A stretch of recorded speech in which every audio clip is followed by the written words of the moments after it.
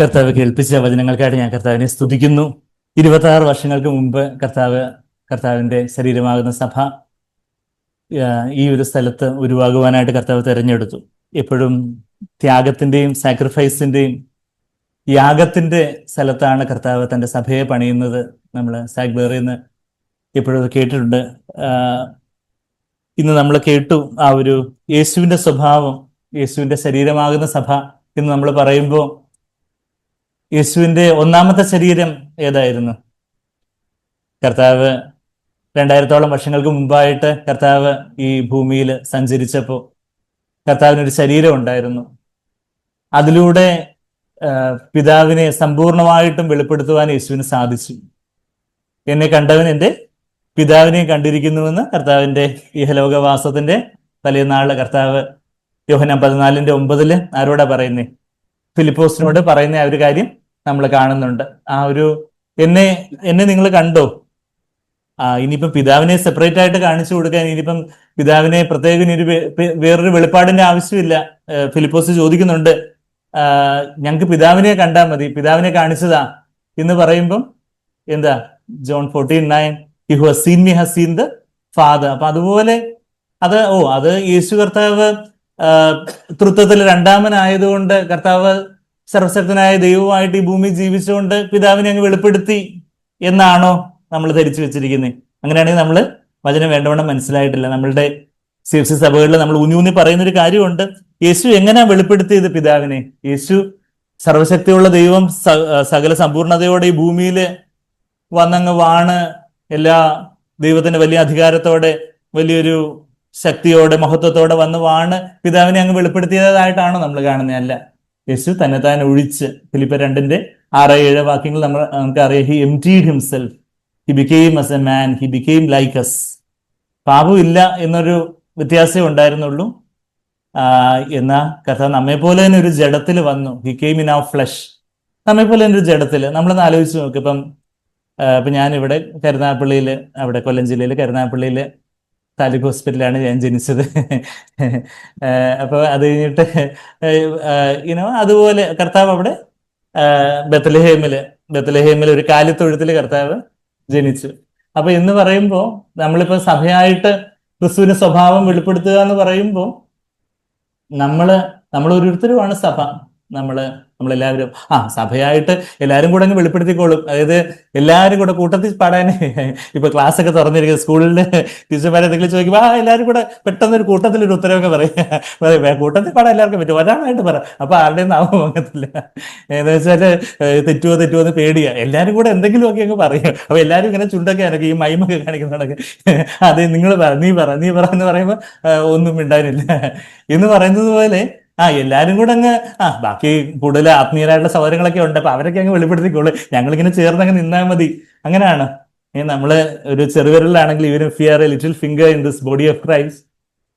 നമുക്കൊരു ഫംഗ്ഷൻ ഉണ്ട്. അതായത് നമ്മള് ശരീരമാകുന്ന സഭ എന്ന് നമ്മൾ എപ്പോഴും ഊന്നി പറയുമ്പോൾ ഇവിടെ ഇരിക്കുന്ന കൊച്ചു കുഞ്ഞുങ്ങൾക്ക് പോലും ഒരു ഫംഗ്ഷൻ ഉണ്ട്. ഏറ്റവും പ്രായം കുറഞ്ഞ ആരാ ഇവിടെ എന്ന് വെച്ചാല് അവർക്കും അവിടെ ഒരു ഫംഗ്ഷൻ ഉണ്ട്. ക്രിസ്തുവിന്റെ ശരീരമാകുന്ന സഭയില് ഏറ്റവും ചെറിയവരെയാണ് ദൈവം ഏറ്റവും കൂടുതൽ മാനിക്കുന്നത്. ഏറ്റവും ലെസ് ഓണറബിൾ, ഏറ്റവും അത്ര മാന്യമല്ലാത്തവരെ ദൈവം കൂടുതൽ മാനിക്കുന്നതെന്നൊക്കെ നമ്മൾ 1 കൊരിന്ത്യർ 12-ാം അധ്യായത്തിൽ നമ്മൾ വായിക്കുന്നത്. അപ്പം ഏറ്റവും നമുക്ക് ഓരോരുത്തർക്ക് ഞങ്ങള് ചെറുപ്പക്കാര്, ഞങ്ങള് കൊച്ചു പിള്ളേരാ, ഞങ്ങള് teenage, I'm a youth, ഞാനൊരു ചെറുപ്പക്കാരനാണ്, പയ്യനാണ് എന്ന് പറയുമ്പം യെരമ്യാ 1:5 do not say you are a youth. നിങ്ങള് ഒരു യൗവനക്കാരനാണെന്ന് പറയരുത് എന്നാ കർത്താവ് പറയുന്നത്. എന്ന് വെച്ചാല് നിങ്ങളെ കൊണ്ടാണ് കർത്താവിന് ആവശ്യമുള്ളത്. നിങ്ങളുടെ യൗവനം ആരും തുച്ഛീകരിക്കുന്നത്. നിങ്ങളാണ് മറ്റുള്ളവർക്കൊരു മാതൃകയായിട്ട്. നിങ്ങളെ നോക്കി വേണം CFCയിലെ ആ പയ്യൻ, ആ ചെറുപ്പക്കാരൻ, ആ ടീനേജർ, അവരെ കണ്ടുപിടിക്കണം. ആ കുഞ്ഞുങ്ങള് അവരെങ്ങനെ ഇരുന്നത് വചനം ഇടുന്ന് ശ്രദ്ധിച്ചു, അവരൊന്ന് എഴുതിയെടുക്കുന്നുണ്ട്. ഞാൻ നോക്കുന്നുണ്ടായിരുന്നു, നമ്മളെയൊക്കെ സഹോദരങ്ങള് എല്ലാവരും ഒക്കെ എഴുതിയെടുക്കുന്നുണ്ടോ എന്ന് അറിയത്തില്ല. നമുക്ക് എല്ലാവരും മറവിയുള്ളവരാ. നമുക്ക് എന്തെങ്കിലുമൊക്കെ ഒരു ചെറിയൊരു നോട്ട്ബുക്കൊക്കെ നമ്മുടെ ബൈബിളിന്റെ കൂടെ കൊണ്ടുവരുന്ന നല്ലൊരു ശീലമാണ്. ഈ വചനങ്ങളൊക്കെ സഹോദരങ്ങൾ പറയുന്നേക്കൊന്ന് എഴുതിയെടുക്കാം. അത്ര പെർഫെക്റ്റ് ആയിട്ടുള്ള മെമ്മറി ഉള്ള ആരെങ്കിലും ഉണ്ടെങ്കിൽ എഴുതിയെടുക്കണ്ട. പക്ഷെ എങ്കിലും നമ്മൾ ആരും പെർഫെക്റ്റ് ആയിട്ട് മെമ്മറി ഉള്ളവരല്ല. ഞാൻ വലിയൊരു നോട്ട്ബുക്കും കൊണ്ടാണ് നടക്കുന്നത്. ചിലപ്പോൾ നമ്മളത് എഴുതിയെടുക്കണം. എഴുതിയെടുക്കുക. പിന്നെ അപ്പൊ കുഞ്ഞുങ്ങൾക്ക് വേണമെങ്കിൽ നമുക്ക് എല്ലാവർക്കും മാതാപിതാക്കളെ ശ്രദ്ധിക്കേണ്ട ഒരു നല്ലൊരു ശീലമാണ്. നമ്മൾ ബൈബിൾ കൊണ്ടുവരുന്നു, മറിക്കുന്നു, എഴുതിയെടുക്കുന്നു. ഞാൻ പറയുന്നത് വെച്ചാൽ നമുക്ക് എല്ലാവർക്കും ക്രിസ്തുവിന്റെ ജീവനെ വെളിപ്പെടുത്താൻ ഒരു അവസരമുണ്ട്. യേശു കർത്താവ് കർത്താവ് കർത്താവ് ഒരു കൊച്ചു കുഞ്ഞായിട്ട് ഈ ഭൂമിയിൽ ഒരു ശിശുവായിട്ട് പിറന്നു വീണു. കർത്താവ് സിനഗോഗിലൊക്കെ പോകുമ്പം അന്ന് ഇതുപോലെയുള്ള പേനയും പെൻസിലും കടലാസൊന്നും ആയിരിക്കത്തില്ല. കർത്താവ് റബിമാര് ഓരോ വചനങ്ങളൊക്കെ പറയുമ്പോൾ അന്ന് ഈ കൈയെഴുത്ത് പ്രതികളൊക്കെ ആയിരുന്നു. അതുകൊണ്ട് each of them could not afford to have a copy. എല്ലാവർക്കും ഓരോ കോപ്പി ഒന്നും കാണത്തില്ല, സിനഗോഗ് മാത്രമേ ഉള്ളായിരിക്കും. നമ്മൾ സാക്രിഫൈസ് കേട്ടിട്ടുണ്ട്. കർത്താവ് ഒരു കുഞ്ഞായിരുന്നപ്പോ എങ്ങനെ വചനത്തിനായിട്ട് ചെന്ന് ദാഹിച്ച് റബിമാരോട് ചെന്ന് ചോദിച്ച് വചനാർത്ഥിയോടെ ആക്രാന്തത്തോടെ അവരൊന്ന് ചൊല്ലിപ്പിച്ച് കാണും. അതുപോലെ തന്നെ കർത്താവ് അവര് റബിമാര് ചിലപ്പോൾ ഒത്തിരി ബോറടിക്കുന്ന കാര്യങ്ങളൊക്കെ പറഞ്ഞുകൊണ്ടിരുന്നപ്പോഴും പോലും ആ വചനങ്ങളൊക്കെ അതുപോലെ ശ്രദ്ധയോടെ അന്ന് എഴുതുന്ന എന്തെങ്കിലും കാര്യങ്ങളുണ്ടെങ്കിൽ അന്ന് എഴുതുന്നുണ്ടായിരുന്നു. ഗ്രാഫോ ഗ്രാഫോ ഗ്രാഫോ ഗ്രാഫോ എന്നാണ് നമ്മളെ വെളിപാട് പുസ്തകത്തിൽ നമ്മൾ വായിക്കുന്നത്. വെളിപാട് പുസ്തകം ഗ്രാഫോ എന്ന് വെച്ചാൽ ഗ്രീക്കില് റൈറ്റ് റൈറ്റ് റൈറ്റ്. നമ്മളെ എഴുതുമ്പോൾ ഓരോ കാര്യങ്ങൾ നമുക്ക് ടച്ച് ചെയ്യുന്ന ചില കാര്യങ്ങൾ നമ്മളങ്ങ് എഴുതി വെക്കുമ്പോൾ അതൊരു നല്ലൊരു കാര്യമാണ്. നമ്മള് എല്ലാവരും ആ നമ്മളെ ടച്ച് ചെയ്യുന്ന കാര്യങ്ങൾ നമ്മൾ എഴുതി വെക്കുമ്പോൾ അത് നമ്മളെ ഹൃദയത്തിലേക്ക് എഴുതപ്പെടാനായിട്ട് നമ്മൾ വിധേയപ്പെടുത്തി കൊടുക്കും. ഞാൻ പറഞ്ഞു വെച്ചാൽ യേശു എങ്ങനെയായിരുന്നു? എനിക്ക് അതിനൊരു റോളുണ്ട്. നമ്മൾ സഭയായിട്ട് എല്ലാവരും അങ്ങ് യേശുവിന്റെ ജീവൻ വെളിപ്പെടുത്തിക്കൊള്ളൂ എന്നുള്ളതല്ല. കർത്താവെ, ഞാനൊരു ഏറ്റവും ചെറിയൊരു കുഞ്ഞാണെങ്കിലും കർത്താവെ, ഞാൻ ഏറ്റവും ചെറുപ്പക്കാരനാണെങ്കിലും ഞാൻ വയസ്സൊക്കെ ആയി, എനിക്കിപ്പോ ബാക്കി ന്യൂജൻ പിള്ളേരൊക്കെ വെളിപ്പെടുത്തിക്കൂടെ? അങ്ങനെയല്ല, വയസ്സായാലും എക്സ്ക്യൂസ് ഇല്ല. വയസ്സായവരാ കൂടുതൽ ആ ഒരു വാർദ്ധക്യത്തിലും ഫലം കായ്ക്കുന്ന ഓക്ക് മരങ്ങളെ പോലെയുള്ള നീതിയുള്ള ഓക്ക് മരങ്ങൾ എന്നൊക്കെ യെശയ്യാ 61:3 നമ്മൾ വായിക്കുന്നുണ്ട്. അപ്പം ഞാൻ പറഞ്ഞു വെച്ചാൽ നമുക്ക് എല്ലാവർക്കും ഒരു ഇതുണ്ട്, എല്ലാവർക്കും ഒരു റോളുണ്ട്, എല്ലാവർക്കും ഒരു ഫംഗ്ഷൻ ഉണ്ട്. അപ്പം നമ്മൾ അതിനായിട്ട് ഈ യേശുവിന്റെ ജീവൻ വെളിപ്പെടുത്താനായിട്ട് ആ യേശുവിന്റെ ജീവനിൽ ഒരു 6 ഘടകങ്ങൾ ഇന്ന് സൗരിൽ നിന്ന് വളരെ വ്യക്തമായിട്ട് നമ്മൾ കേട്ടു. അപ്പോ ഇങ്ങനെല്ലാം ഈ യേശുവിന്റെ ജീവൻ വെളിപ്പെടുത്തണം എന്നുള്ളൊരു കാര്യം കേൾക്കുമ്പോൾ എങ്ങനെയാ നമ്മളുടെ റെസ്പോൺസ്? അത് ഞാനങ്ങ് വെളിപ്പെടുത്തിക്കോളാം, ഇത്ര നാൾ അത് തന്നെയല്ലേ ഞാൻ വെളിപ്പെടുത്തിക്കൊണ്ടിരിക്കുന്നത്, എന്നോട് ഇപ്പം പ്രത്യേകിച്ച് ഏതാണ്ട് പറയാനുണ്ടോ, ഞാനിതാ വെളിപ്പെടുത്തിക്കൊണ്ടിരിക്കുന്നത് എന്റെ ജീവിതത്തിൽ എന്നാണോ നമുക്ക് തോന്നുന്നത്? അതോ ലൂക്കോസ് 1-ാം വാക്യത്തിൽ യേശുവിന് ആദ്യത്തെ ശരീരം ഉരുവാകുമ്പോൾ അവിടെ ഒരു ആശ്ചര്യവും സമർപ്പണവും ഒക്കെ ഉള്ള ഒരു കാര്യം നമ്മൾ അവിടെ കാണുന്നുണ്ട്. ലൂക്കോസ് 1-ാം വാക്യത്തില് അതിനു മുമ്പേ മറിയത്തിനെടുക്കെ ഒരു ടീനേജ് പെൺകുട്ടി, ഒരു യഹൂദ പെൺകുട്ടി, ഒരു ടീനേജ് ഗേൾ ആയിരുന്നു. 16-17 വയസ്സെങ്ങാനും ഉണ്ടായിരിക്കും. അന്നത്തെ യഹൂദന്മാര് വിവാഹ നിശ്ചയം ചെയ്ത് കൊടുക്കുന്ന പെൺകുട്ടികളുടെ പ്രായമൊക്കെ ആ ഒരു 16-17 വയസ്സേ ഉള്ളൂ. അപ്പൊ ഈ പെൺകുച്ചിനോട് പറയുന്നേ, യേശുവിന്റെ ആദ്യത്തെ ശരീരം നിന്നില്ല ഉരുവാകാൻ പോകുന്നേ എന്ന് പറയുമ്പോൾ അതാണോ കാര്യം? ഞാൻ കാത്തിരിക്കുമായിരുന്നു, എപ്പോഴാന്ന് വെച്ചാൽ അങ്ങ് ഉരുവാക്കിക്കോ, ഞാൻ റെഡിയാ, അങ്ങനെയുള്ള അതൊക്കെ. മറിച്ച് അവിടെ അയ്യോ എന്നെ കൊണ്ട് പറ്റുമോ, അത് എങ്ങനെ സാധിക്കും, അയ്യോ എനിക്ക് അതിന് എന്ത് യോഗ്യതയാ ഉള്ളേ? അപ്പൊ ആ ഒരു കാര്യം നമ്മളവിടെ കാണുന്ന അവിടെ 28-ാമത്തെ വാക്യത്തിലെ ലൂക്കോസ് 1-ന്റെ വാക്യത്തിലെ ദൂതൻ അവളുടെ അടുക്കൽ ചെന്ന് കൃപ ലഭിച്ചവളെ നിനക്ക് വന്ദനം എന്നൊക്കെ പറഞ്ഞ് വലിയ വന്ദനമൊക്കെ കർത്താവ് നിന്നോട് കൂടെ ഉണ്ടെന്നൊക്കെ പറയുമ്പോ ഒക്കെ എന്തൊരു വന്ദനമാണിതെന്നൊക്കെ പറഞ്ഞ് അവളിങ്ങനെ അതിശയിച്ച് നിൽക്കുക, വണ്ടറടിച്ച് നിൽക്കുക.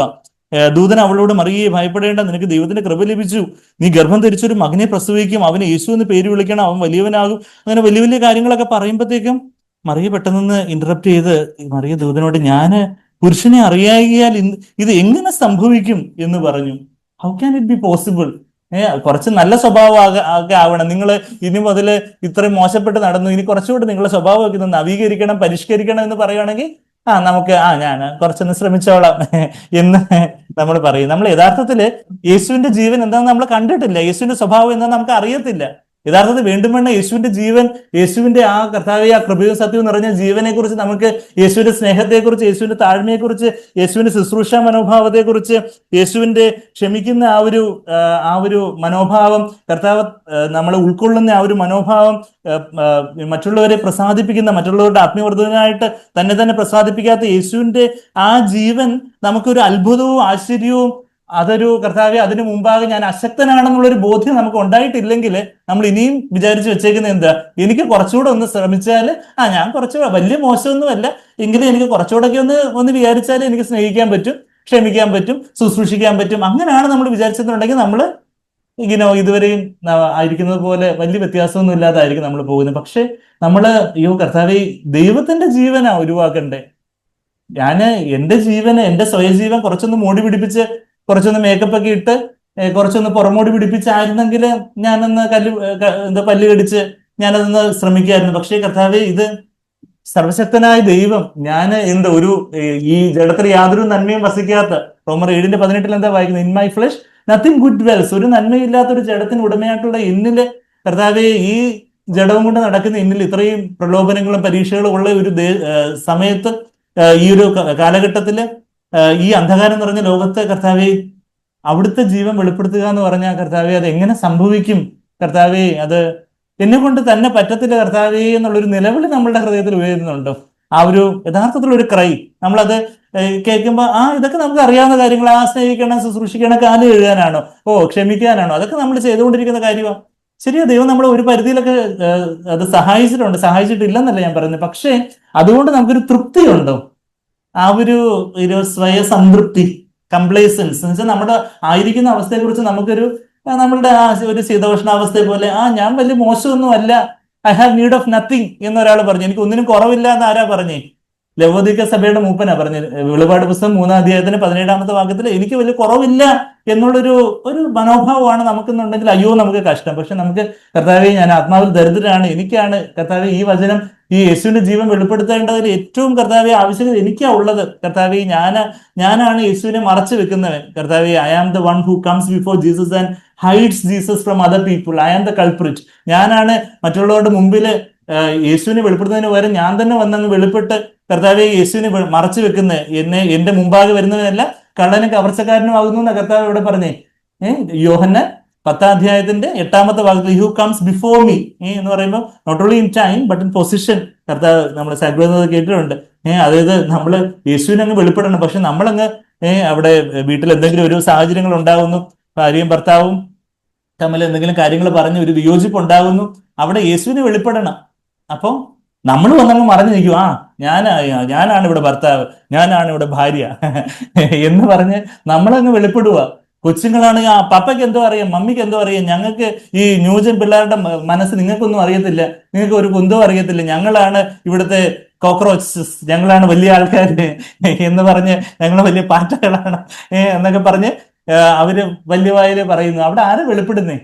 കുഞ്ഞുങ്ങളെ ആണോ അവിടെ യേശു മാതാപിതാക്കൾക്ക് എങ്ങനെ കീഴടങ്ങിയിരുന്നു? കർത്താവിന്റെ ജീവനെ വെളിപ്പെടേണ്ടത്. അവിടെ കർത്താവ്, എനിക്ക് അസാധ്യമാണ് കർത്താവ്, ഇത് ഞാൻ കുറച്ചുകൂടെ ഒന്ന് ശ്രമിച്ച, മറിയ പറയുക, ഞാൻ കുറച്ച് എക്സസൈസ് ഒക്കെ ചെയ്ത് കുറച്ചുകൂടെ ഒന്ന് കാര്യങ്ങളൊക്കെ ഒന്ന്, ഡയറ്റൊക്കെ ഒന്ന് ശ്രദ്ധിച്ച് ഞാൻ കുഞ്ഞിനെ അങ്ങ് ഉരുവാക്കിക്കൊള്ളാം എന്ന് ഏതെങ്കിലും സ്ത്രീ പറയുമോ? അത് പുരുഷനെ അറിയാമെങ്കിൽ ഇത് എങ്ങനെ സാധ്യമാവും? ഈ കന്യകയായിട്ടുള്ള എനിക്കിത് എങ്ങനെ സാധ്യമാവും എന്ന് ചോദിക്കുമ്പോൾ കർത്താവ് അതിന്റെ ഉത്തരം ദൂതനിലൂടെ പറയുന്ന ഒരു കാര്യം നമ്മളവിടെ ലൂക്കോസ് 1:35 വാക്യത്തിൽ, അതിൽ angel answered and said to her, Luke 1:34, the Holy Spirit will come upon you. നിന്റെ മേൽ ആരാണ് നിഴലിടുന്നേ? അതാ 35 വാക്യത്തില്. നമ്മൾ എപ്പോഴും അത് നിഴലിടത്തുള്ളൂ എന്ന് ചോദിച്ചാൽ, എനിക്ക് കാര്യങ്ങളൊക്കെ കുറച്ചുകൂടെ ഒക്കെ പറ്റും, ഞാൻ അതൊക്കെ അങ്ങ് ശ്രമിച്ചോളാം, ഇപ്പം ഓരോ കാര്യങ്ങൾ നമ്മളിങ്ങനെ ആരും സൗകര്യങ്ങൾക്ക് എന്തെങ്കിലുമൊക്കെ പറയണ്ടേ, അതുകൊണ്ട് അവരിങ്ങനെ സ്നേഹം, കരുണ, താഴ്മ എന്നൊക്കെ പറഞ്ഞുകൊണ്ടിരിക്കും.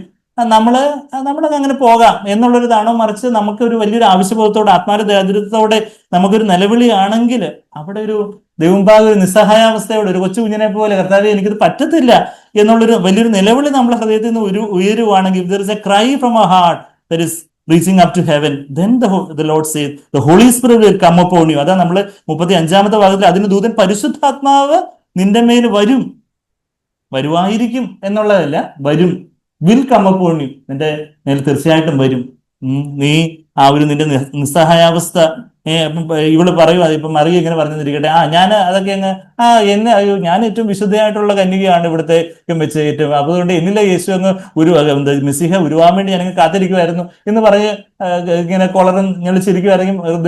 പറഞ്ഞാൽ ഞാൻ കുറച്ചുകൂടെ കഴിഞ്ഞിട്ട് വരാം, ഒന്നുകൂടെ പിതാവിനോട് ഒന്ന് കൺഫേം ചെയ്തിട്ട് നിന്നെ തന്നെ ആയിരുന്നു തെരഞ്ഞെടുത്ത് എന്ന് എനിക്ക് അത്ര ഉറപ്പില്ലല്ലോ. പക്ഷേ മറിയ എന്താ പറഞ്ഞേ? അയ്യോ, എന്നെ കൊണ്ട് ഇത് എങ്ങനെ സംഭവിക്കുന്നേ? ആ ഒരു നിസ്സഹായാവസ്ഥയിൽ അവളുടെ ആ സമർപ്പണ മനോഭാവത്തില് അവ പറഞ്ഞു, പരിശുദ്ധാത്മാവ് നിന്റെ മേൽ വരും.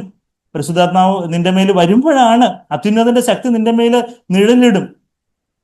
Power of the most high will overshadow you. നിന്റെ മേല് നീ ആ ഒരു ദൈവത്തിന്റെ അധികാരമായിരിക്കും നിന്റെ മേൽ വരുന്നത്. ആകയാൽ ഉത്ഭവിക്കുന്ന വിശുദ്ധ പ്രജ ദൈവപുത്രൻ എന്ന് വിളിക്കപ്പെടും. നിന്റെ ചാർച്ചക്കാരനെ അതിന് ചാർച്ചക്കാരിയുള്ള എലിസബത്തിന് എക്സാമ്പിളും ഒക്കെ പറഞ്ഞ് ഉദാഹരണമൊക്കെ പറയുമ്പം ദൈവത്തിന് ഒരു കാര്യവും അസാധ്യമല്ലല്ലോ എന്നുള്ള ദൈവത്തിന്റെ നിത്യമായിട്ടുള്ള വചനമാകുന്ന കെടാത്ത ബീജം പിതാവിൽ നിന്ന് ഈ ദൂതൻ ഗബ്രിയേൽ മാലാഖ കൊണ്ട് അരുളി ചെയ്യുമ്പം ആ വചനത്തിന് മുമ്പാകെ മറിയ എന്താ പറഞ്ഞേ?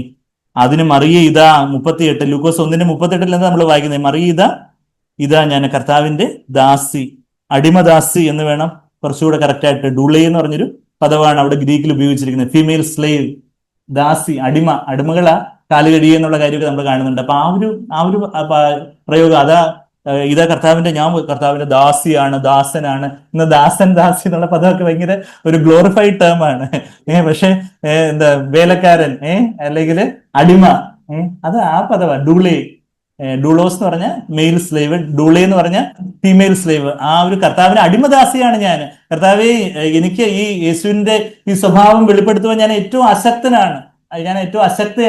കർത്താവെ, എനിക്ക് വേണ്ടവണ്ണം കർത്താവെ എന്റെ ചിന്തയില്, എന്റെ വാക്കുകളില്, എന്റെ വീട്ടിൽ ഞാൻ എന്റെ ഭാര്യയോട് സംസാരിക്കുന്ന വാക്കുകൾ കർത്താവെ അവണ്ണം ഒരു കൃപ നിറഞ്ഞ വാക്കുകൾ വരുന്നില്ല. കർത്താവ് സംസാരിക്കേണ്ടതുപോലെയുള്ള ഒരു കരുണയോടെ, എന്നാൽ ചില സമയത്ത് കാർക്കശ്യത്തോടെ പറയേണ്ടടുത്ത് കർത്താവ് ഞാനൊരു അഴകുഴമ്പനായിട്ട്, ഒരു നട്ടലില്ലാത്ത ഭർത്താവായിട്ടാണ് ചിലപ്പോൾ ഇരിക്കുന്നത്, നട്ടലില്ലാത്ത അപ്പനായിട്ടാണ് ഇരിക്കുന്നത്. കർത്താവ് അവിടുത്തെ ഒരു ജീവൻ അവിടെ വേണ്ടേ? ഞാൻ എൻ്റെതായ ഒരു നമ്മൾ സൈക്കോളജിക്കലായിട്ട് മനഃശാസ്ത്രപരമായിട്ട് കുറച്ചൊന്ന് നമ്മളെ തന്നെ ഒന്ന് മോഡിഫൈ ചെയ്തുള്ള ഒരു സ്വയജീവനെ ഒന്ന് മോഡിഫൈ ചെയ്തെടുക്കുന്നതല്ല, മറിച്ച് യേശുവിന്റെ ജീവൻ എനിക്ക് വേണം. കർത്താവെ, അതിനായിട്ട് ഞാൻ അശക്തയാണെന്ന് പറഞ്ഞ് നമ്മെ തന്നെ താഴ്ത്തുമ്പം പരിശുദ്ധാത്മാവ് ഇതാ ഞാൻ അടിമദാസിയാണ്, അതാ നിന്റെ വചനം പോലെ, അതാ ലൂക്കോസ് 1:38 നമ്മൾ വായിക്കുന്ന ഇതാ ഞാൻ കർത്താവിന്റെ അടിമദാസി, നിന്റെ വാക്ക് പോലെ, നിന്റെ വചനം പോലെ. ലോഗോസ് അല്ല, റേമ എന്നുള്ള പദം അവിടെ ഉപയോഗിച്ചിരിക്കുന്നത്. According to a word, rhema എന്ന് പറഞ്ഞാൽ spoken word, the word that is being spoken. According to a rhema, അവിടുന്ന് അരുളി ചെയ്തുകൊണ്ടിരിക്കുന്ന ഈ വചനം പോലെ എന്നിലാവട്ടെ, വാക്കുപോലെ എന്നിൽ ഭവിക്കട്ടെ എന്ന് പറഞ്ഞു ദൂതൻ അവളെ വിട്ടുപോയി. എന്നുവെച്ചാൽ ആ ഒരു സമർപ്പണത്തിലാണ് യേശുവിന്റെ ആദ്യത്തെ ശരീരം ഉരുവായത്. ഇന്ന് ക്രിസ്തുവിന്റെ രണ്ടാമത്തെ ശരീരം ഏതാണ്?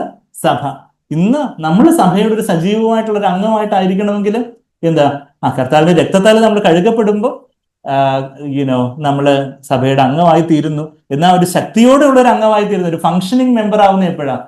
when we are filled with the Holy Spirit, പരിശുദ്ധാത്മാവിനെ നമ്മൾ നിറയുന്നു. നമ്മൾ അതും സൈക്കിളെന്ന് കേട്ടിട്ടുണ്ട്. ഒരു ശരീരത്തിൽ മെഡിക്കൽ സയൻസ് പ്രകാരം നമ്മൾ എന്തിനാ പറയുന്നത്, ഇപ്പൊ ഞാനൊരു വാച്ച് ഇട്ടിട്ടുണ്ട്, ഈ വാച്ച് എന്റെ ശരീരത്തിന്റെ അവയവമാണ്. ആണോ? ഇല്ല. ഈ വാച്ചിന് എന്തും ഇല്ല, രക്തോട്ടവും ഇല്ല, ഞരമ്പ് ഇന്നോവേഷനും ഇല്ല. എന്നാൽ ഈ ചെറുവിരല് ഇത്തിരി അവിടെ അങ്ങനെ നമ്മളുടെ ആ ഒരു സമർപ്പണത്തിൽ നമ്മളെ ഒരു വട്ടപൂജ്യമായിട്ട്, ഒരു സീറോ ആയിട്ട്, കർത്താവേ എന്നെ കൊണ്ട് പറ്റത്തില്ല, കഴിവില്ല എന്നുള്ള ഒരു കരച്ചിലോടെ നമ്മളെ തന്നെ ദൈവമുമ്പാകെ നമ്മൾ താഴ്ത്തി ഏൽപ്പിക്കുകയാണെങ്കിൽ പരിശുദ്ധാത്മ നമ്മളെ ഒന്ന് നിറയ്ക്കും. യേശുവിന്റെ ജീവൻ നമ്മളെ ഒന്ന് നിറയ്ക്കും.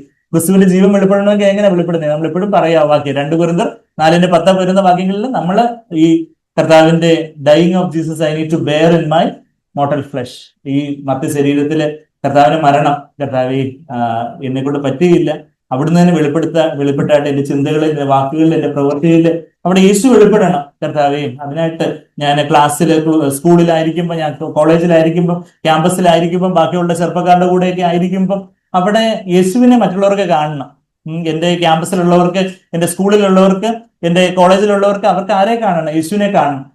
അപ്പോൾ കർത്താവേ, എനിക്ക് ഞാൻ എന്തെങ്കിലും ഒന്ന് വലിയ ഇന്നത്തിനൊന്ന് മോഡിഫൈ ചെയ്യുന്ന കാര്യമല്ല, മറിച്ച് കർത്താവേ ഞാനോ ക്രൂശിക്കപ്പെട്ടു, അവിടുന്ന് എന്നിൽ വന്ന് നിറയണം, അവിടുത്തെ ആത്മാവിനെല്ലാം നിറയ്ക്കണം, അവിടുത്തെ ഈ വചനത്തിന് ഞാൻ അങ്ങ് കീഴടങ്ങുന്നു, അവിടുന്ന് ആത്മാവിനെല്ലാം നിറയ്ക്കണം, യേശുവിന്റെ ജീവനിൽ വെളിപ്പെടട്ടെ.